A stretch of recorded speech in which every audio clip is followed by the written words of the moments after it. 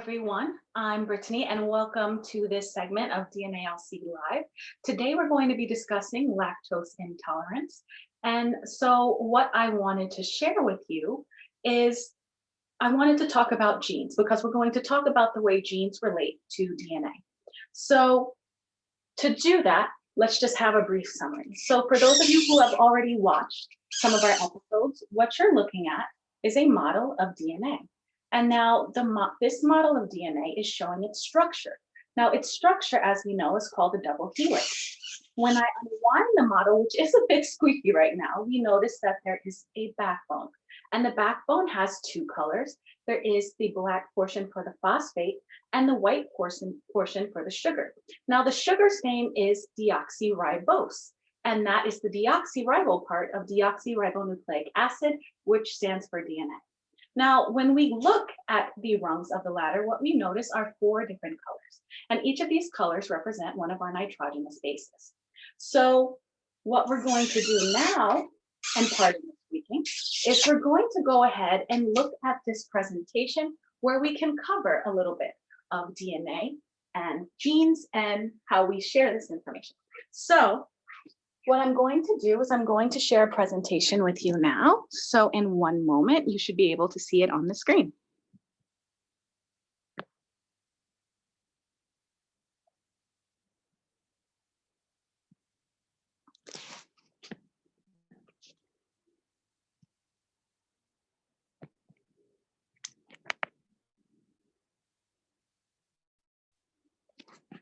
And so now we will begin. So what we're going to be talking about now is lactose intolerance. So we already discussed that this structure that you currently see on the screen right here represents DNA. Now, why is DNA important? So DNA is important because it's the cookbook that makes us who we are. Now, if it's a cookbook, if I looked into a cookbook because I wanted cake, could I just look into the cookbook and get the cake? No, there's a process, there's steps that have to occur. So if DNA is the cookbook, then we have our individual recipes, which are known to be genes. And a gene is just a small segment of DNA. Now, what happens is our genes actually code, and bear with me, some technical difficulties. So our genes actually code for proteins, which give us our individual traits. Now, our traits are just different characteristics that belong to us. Now, before we talk about the trait in this presentation on today of lactose intolerance, I just want to take a moment to talk about proteins. So proteins are important and could serve different functions. A protein can serve as a structural protein like actin and myosin, which are important for our muscles. It can be used for communication, such as hormones, which communicate with different parts of our bodies. It can also serve as transport, such as hemoglobin transporting oxygen in the blood, or they can serve the role of enzymes. And enzymes are going to be the focus of our conversation on today. So let's now go and talk a little bit about lactose intolerance. And I want to ask what lactose intolerance is, but before I do that, I think it's good that we define these two words. So the first word that you see is lactose. And does anyone know what lactose is? If you know what lactose is, go ahead and put it in the chat. If you don't know what lactose is, the ose ending gives us a hint. So we mentioned one of the parts of DNA today was deoxyribose. Do we remember what type of molecule that was? If not, have we heard of glucose before? Do we know what glucose is? Or if you haven't heard of that, sometimes when we drink a beverage from a vending machine, I know when I was younger, I used to read the ingredients. Sometimes I would see it says high fructose corn syrup. So what do you think the ose ending means? It means that it's a sugar. So if you guess sugar, let's type. If you guessed that it is sugar, you would be correct.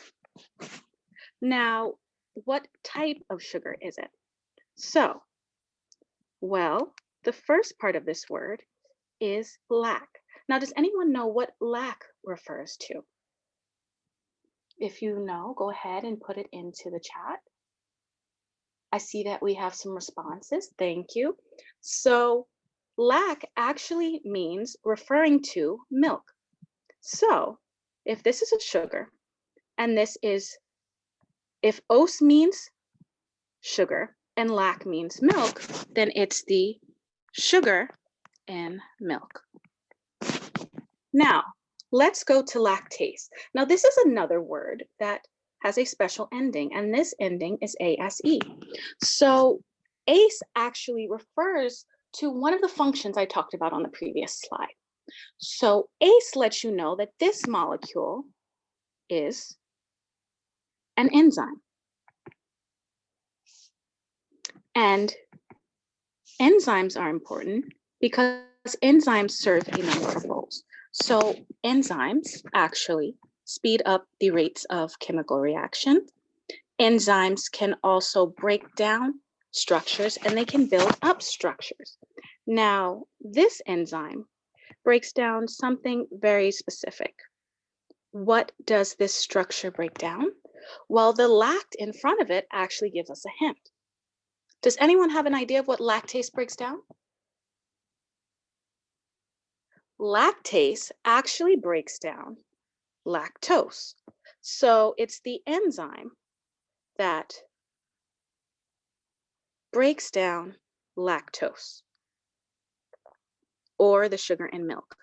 Now, the way that this works is they form a enzyme substrate complex. So what happens is, that sounds like a lot, but don't worry. We already know what the enzyme is. The enzyme is lactase. So I'm going to go ahead and draw this as a representation of lactase. Now, the substrate, or what the enzyme is working on, is lactose. So what I'm going to go ahead and do is I'm going to draw this portion right here. Now this, the red, represents lactose. Now what happens is when the enzyme and the substrate come together, they must fit very tightly. Do you see the way that looks like a lock and key fit? This is very important. It needs to be a lock and key fit for it to cause a conformational change. Now, some things that could prevent the enzyme from binding with the substrate in this way is if the pH is incorrect or if the temperature is incorrect. But let's say all of that is accounted for and we have our lactase, which is our enzyme, which has combined with lactose, the substrate. Now what happens is lactose undergoes a conformational change. And with this conformational change, lactose actually breaks down into two different structures. So lactase remains the same, it's unchanged, and can be used again in later reactions. However, what happens with the lactose is it now forms two smaller sugars. Now these sugars are glucose, which we heard or mentioned before, and galactose. And pardon my drawing, art was never one of my strong skills, but I'm working on it. So glucose and galactose are what comes from this digestion reaction when lactose and lactase combine and form a substrate enzyme complex. Now, lactase is encoded for in our genes. So let's talk about that a little bit. So what you see when you're looking at this slide is an example of DNA. So this area right here, the double helix, which is horizontal, is representing our DNA. Now, lactose intolerance, does it mean that a person can't drink milk? Is that true or false? What do you think? Go ahead and put that in the chat. It's actually false. Sometimes students say that, but what lactose intolerance is an inability to break down lactose. Now, why is that? Because one interesting thing is, I know when I was growing up, I used to think that most people were lactose tolerant. What did you think? However, the reality is the majority of the population is lactose intolerant. And we're going to talk about that a little bit. So when we're born, do you think that everyone is lactose tolerant or lactose intolerant. And this excludes allergies because an allergy is different. If someone has a milk allergy, they can't drink milk. But if someone is lactose intolerant, it's different. So when we're born, what happens is we all can drink milk. And how do we know? Because we are fed by our mothers, just like other mammals. So what's interesting is that for most mammals, what happens is after the mammal matures, such as a bear cub, does the adult bear now go back to his mother for milk? No, that's not the case. However, with us, it is a little different. Now, how? Well, it has to do with our genes.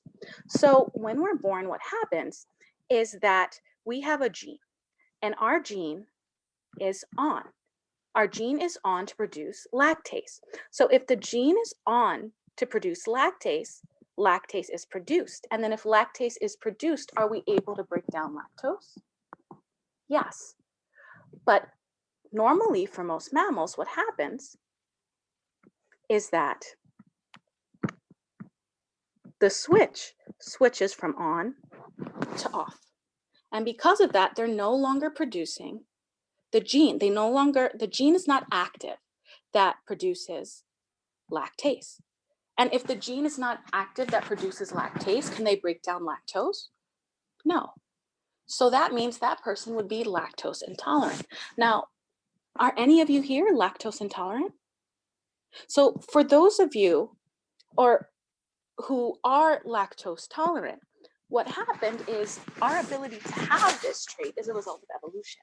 So thanks to our nomadic ancestors who realized that in times of food scarcity, if we drank the milk of other mammals, we would be able to survive.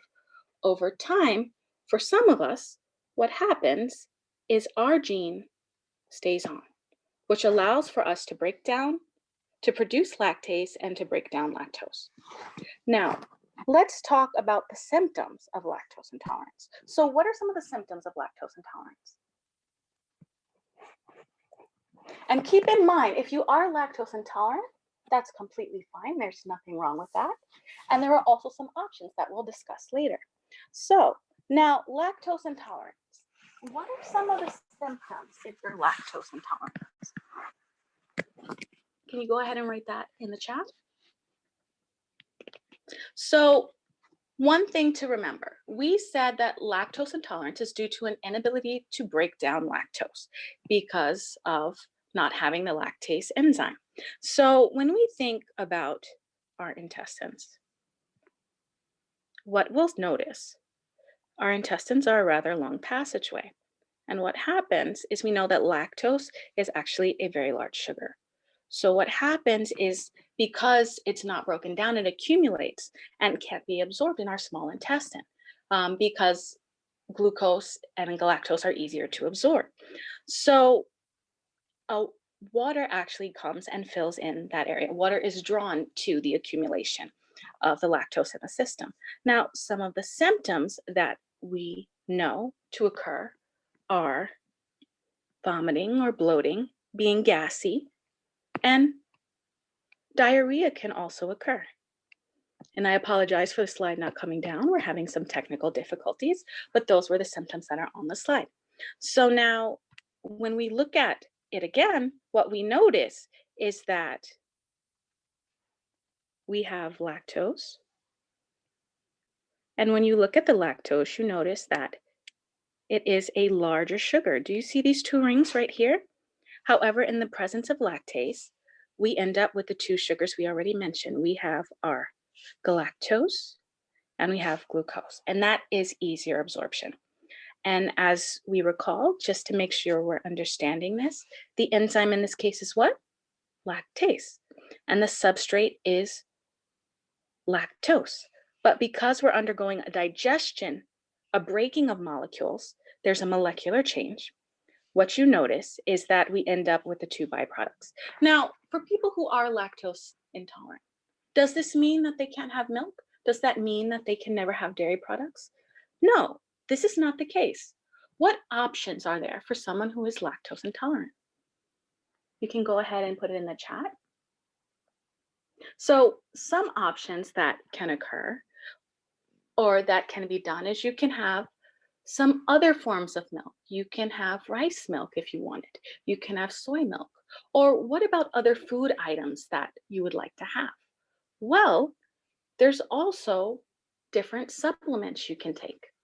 And so one that we're going to talk about actually is Lactaid. Now, have we heard of Lactaid before? I know I've seen some commercials on the TV myself. Now, what is Lactaid? How does Lactaid work? So, one, we already know that if this is lac, it refers to milk. Now, what do you think the aid is in Lactaid? Because if someone's consuming milk and we know that the milk sugar is lactose and lactose is present, that kind of sounds like a problem. However, if you guess that the aid is actually lactase, which is the enzyme, you would be correct. And because of lactase acting on lactose, we know that we end up with glucose and galactose. Is that clear to everyone? Okay. So now, yes, I see some of the answers in the chat. Very good. So now, what I would like to mention is we're now actually going to get to the experimental part of our procedure. This is the fun part. Now, what I wanted to let you know is that if you hadn't already done so, you can go to DNALC Live under resources and you can download the protocol so you can see what we're doing in this experiment. And you can also download the worksheet if you so choose. Now, for the worksheet, if you haven't done the pre-lab questions, don't worry about it. You don't have to do that now. You can do it later. But I want to make sure you get that so you can fill out the data that we gather from this experiment during the lab portion of our lab. Now, if in the future you would like to do this lab along with us, what you can do is you can actually go to Carolina Biological. And when you do that, just type in DNALC in the search bar, and it will bring up all the labs that have that. So now what we're going to do, for those of you that don't have the worksheet, I'm going to give you a minute just to go ahead and get it if you want to. And if not, what I'm going to do is I'm going to stop screen sharing, and then we will begin. I'm just going to give you a moment and get that all set up. All right. So now let me exit.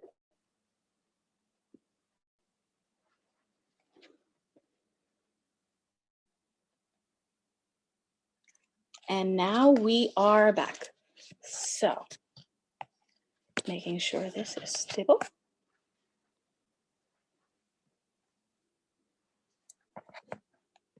There we go.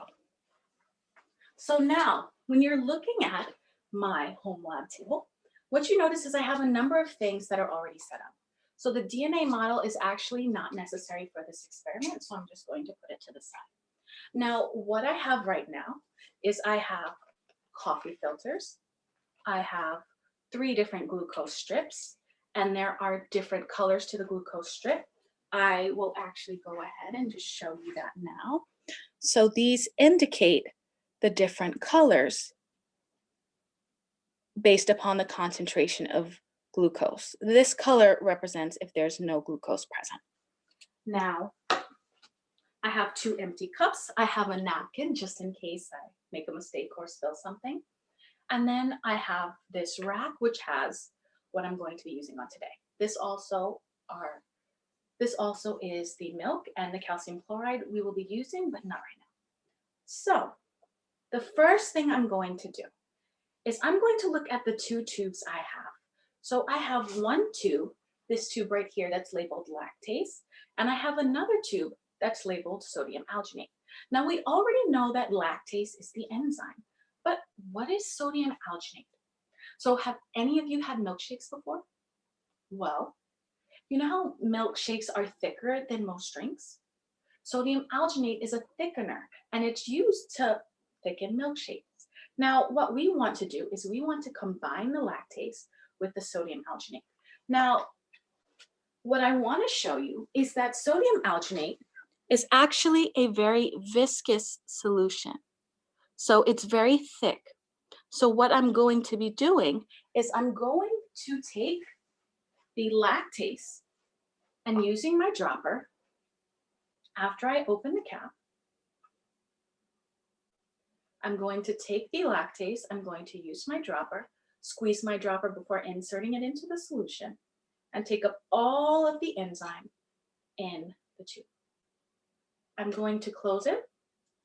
And the one thing I didn't mention is my waste beaker. I have a waste beaker right here to collect the waste. So now I'm going to take the lactase and I'm going to add it into the sodium alginate. Then I'm going to put it inside the rack.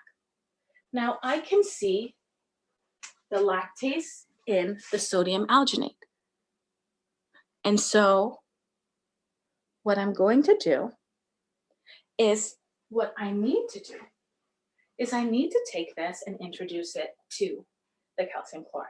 But I'm just going to close it and mix it a little bit. So now that I've done that step, I have my sodium alginate lactase mixture. I'm going to open this. Now we're going to use something else. And this something else is calcium chloride. So you know how in winter it gets very cold and there's blizzards. And sometimes with the blizzards, the roads are frozen and they lay down salt. Well, calcium chloride is the type of salt that is used in these instances. Now, this is a liquid form of calcium chloride, and that's what we're going to be using on today. So now, what I'm going to be doing is I'm going to take the sodium alginate and lactase, and I want to actually create little lactase spheres. Now, the reason I put the lactase in the sodium alginate is because it's a thickener. I want it to increase the surface area of the lactase when I'm using it. So now I'm going to use the sodium alginate and put it into the calcium chloride. I'm going to use a dropper for this. Now there is a specific way that you should do this if you do decide to do this experiment at home. So what you're going to do is you're going to end up using the whole concentration of the sodium alginate lactase mixture. But since it's going to take me at least 2 dropperfuls, I'm going to go ahead and show you what you would do with the first one. So now I have my mixture that I'm going to drop into the calcium chloride. Now when you're doing that, you don't have to drop it this low. You also don't want to drop it that fast either. You want to have steady, separate droplets. And what you'll notice is when you're looking at the bottom of the cup, you will actually see little lactase spheres forming, or lactase beads. Now, because I want you to be able to see that, I'm going to do it one more time, but this time I'm going to do it actually by the camera. So,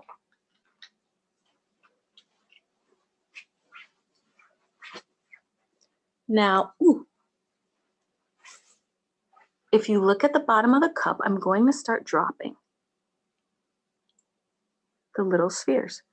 And at the bottom, you can actually kind of see, if I'm very still, look at the bottom of the cup, you can actually see the little spheres starting to form. So now, what I'm going to do is I need to separate these spheres. I need the lactase beads by themselves. So to do that, I need to filter them, which is why I have my filter paper. So I want to make sure I use all of my lactase sodium alginate mixture, put it in my waste beaker. Now I'm going to take an empty cup. Now there's nothing special about the cup, it's just a regular empty cup, and I'm going to take a coffee filter. So I'm going to put it over the surface of the cup, and then I'm going to push it in gently so it creates a dip in the cup. Now after I do that, I'm going to take my calcium chloride and I'm going to pour it into the cup. Now you want to do this slowly because the calcium chloride actually fills the filter paper faster than it drains. And I don't want you to have a big mess when you practice this at home. So I'm almost done with this step.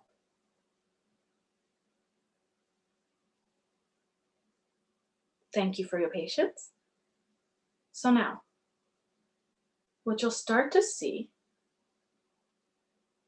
is that there are little lactase spheres. And don't worry, I'm going to come by the camera and show you. So let me use the napkin. So what you'll notice when you look here, there's these little lactase spheres. You see them? So what you're going to do is you're going to collect them into the cup. Now, you can use the same cup you had before. I still have some lactase spheres or lactase beads in here. So I'm just going to catch them back in the cup. Now, a lot of times my students will sometimes ask, can we touch it?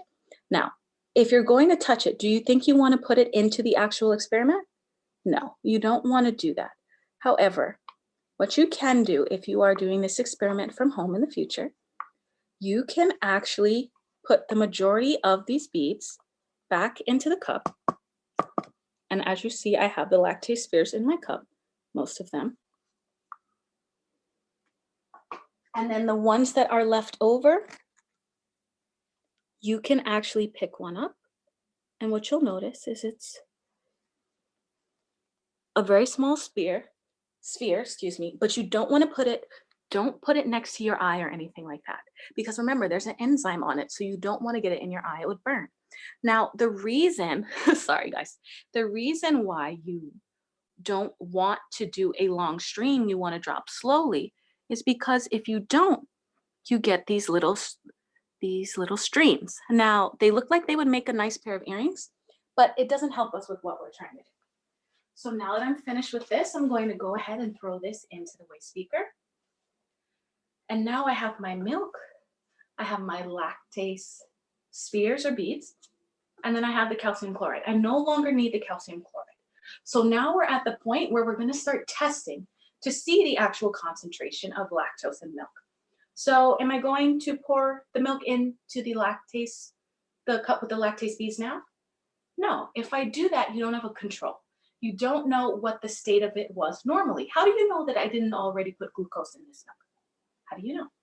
So what I'm going to do is I'm going to take one glucose strip and I'm going to go ahead and put it into the milk.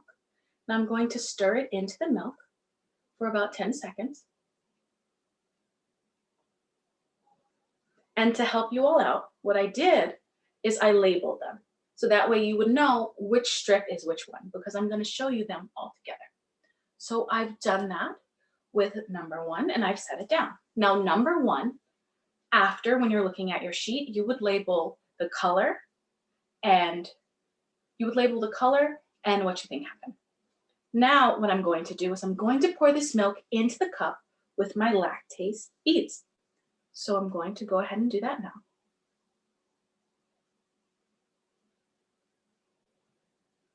And I'm going to set this cup to the side. So while I do that, I'm going to wait 30 seconds. And I'm letting some time pass because I want to give time for this reaction to occur. So let's see. I assume that I was talking for maybe 10 seconds. Maybe we need to wait for 20 seconds more. Oh, now this lab is actually also called Better Milk for Cats. Now, sometimes when we call it better milk for cats, well, 1, cats are mammals, yes? So if cats are mammals, wouldn't them becoming lactose intolerant as they mature be something that's expected? So wouldn't it be nice if there was lactose reduced milk that you could provide to a cat? Wouldn't that be better milk for a cat to drink? I think so. So now I think about 30 seconds has passed. I'm going to take strip number 2, and I'm going to do the same thing. I'm going to take my cup of milk. I'm going to take the colored portion of this glucose strip. I'm going to set it inside the cup, and when I do that, I'm just going to swirl it around 10 times. So I'm going to do that now.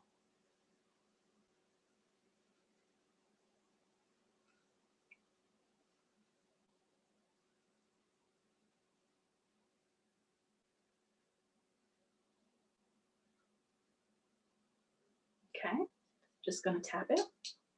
And then I'm going to set it beside the other strip, strip number 1. So now I need to wait about 30 more seconds. So we're going to wait 30 more seconds. I want to thank you for joining me today as we discuss lactose intolerance and the way our genes play a role in it. We thank you for joining us and watching DNALC Live. If there was a show that you wanted to see that you did not see, feel free to click on the location where it is in the schedule on DNALC Live. And once you do that, you can actually rewatch that video. Now I'm going to take this test strip and I'm going to do the same thing I did before. Also, I want you to remember though, keep looking at the calendar because you'll see different events coming up in the future. So I'll take my strip number 3. I have my cup and I'm going to do the same thing as before. The light blue side down. 1, 2, 3, 4, 5, 6, 7, 8, 9, 10. I'm just going to tap it.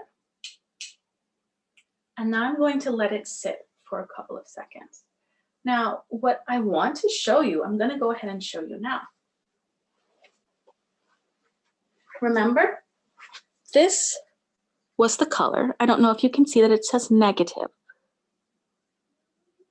But this is the color when there is no glucose present.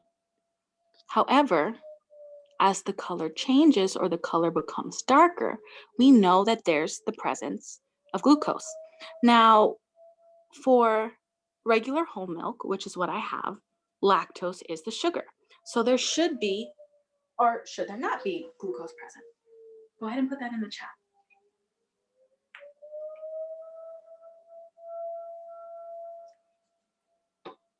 So there shouldn't be glucose present. And when you look at the first test strip, what you notice is it's this light color and number 1 to show you. So now let me get strip number 2.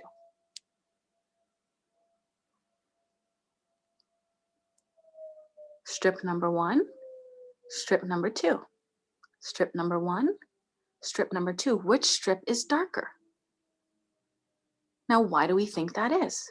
What's happening? Well, we already know that the lactose is being acted on by the lactase. And so now it's being broken down. And the more that the lactase is breaking down the glucose,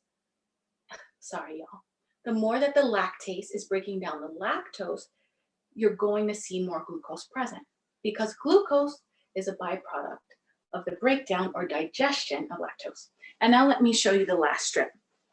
So now what you'll notice, strip 1, I have them wrong. Let me number them correctly.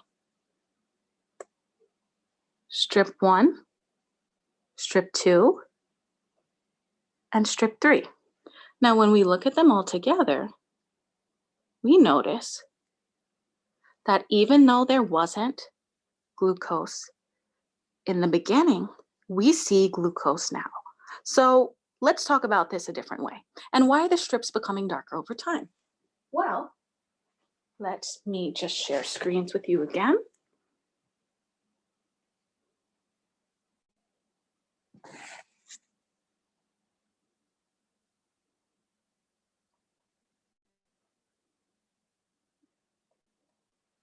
So the last thing I want to show you is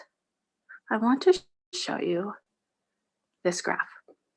So remember, we have at the top, we have our lactose in red.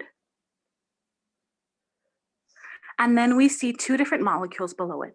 One can represent galactose and one can represent glucose. Now, at the beginning of our experiment, what you notice is at the bottom of this graph, what we're looking at is time, and at the top of this graph, or rather on the left side, what we are looking at is the concentration of each. So if I'm talking about lactose, at the beginning of this experiment, was there a high concentration or a low concentration of lactose? What do you think? Go ahead and put it in the chat.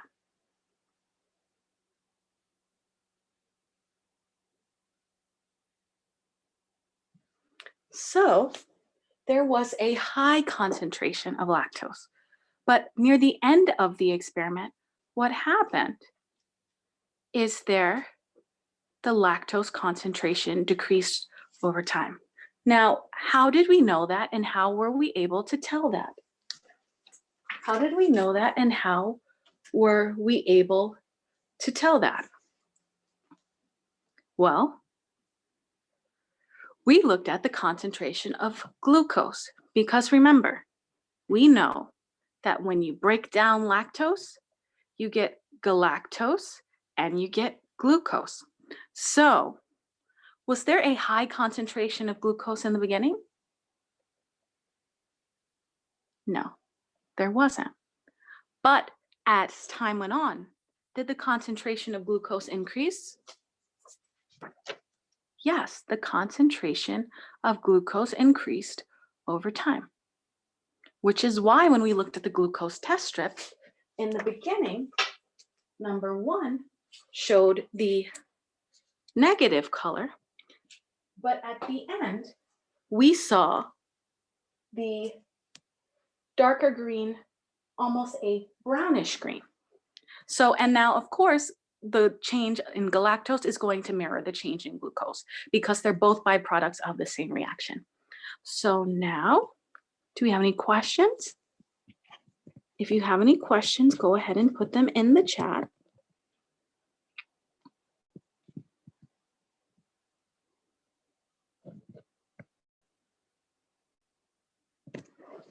So at this point, I just want to thank you for coming on to DNALC Live to see this presentation of lactose intolerance, and make sure you come and check out all the different things and the different shows that we offer. Thank you so much, and I hope you have an awesome day.